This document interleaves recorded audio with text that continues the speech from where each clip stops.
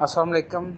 ہم سے سوال پوچھا گیا ہے کہ سر اورا روح کو ہی بولتے ہیں، یعنی سوال یہ ہے کہ کیا روح اور اورا ایک ہی چیز کے نام ہیں؟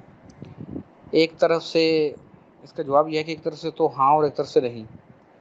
بیسکلی جو روح ہے وہ وسیع معنی رکھتی ہے، اور میں نے اپنے بارہا لیکچرز میں بتایا ہے کہ روح آگے کنورٹ ہو جاتی ہے نور کے جسم میں، نور کا جسم روشنی کے جسم میں۔ تو روشنی کا جسم جب الگ ہوتا ہے تو وہاں پر اس کو اورا نہیں کہتے ہم، یہ بات ذہن میں رکھیے گا۔ اورا اس کو تب کہتے ہیں جب اس کا کنیکشن ہمارے اس مٹی کے جسم کے ساتھ بنتا ہے۔ یہ اپنے کلیئرٹی کر لیں تمام دوست کہ جب روشنی کا جسم الگ ہوگا اسے اس وقت ہم اورا نہیں کہیں گے۔ اورا بنے گا ہی تب جب وہ روشنی کا جسم انرجی باڈی فل ہمارے اس مٹی جسم کے ساتھ اٹیچ ہو جاتی ہے، تو یہاں جب اٹیچ ہوئی ہے، یہاں پر جو اس کی جو ساخت بنی اسے ہم اورا کہتے ہیں۔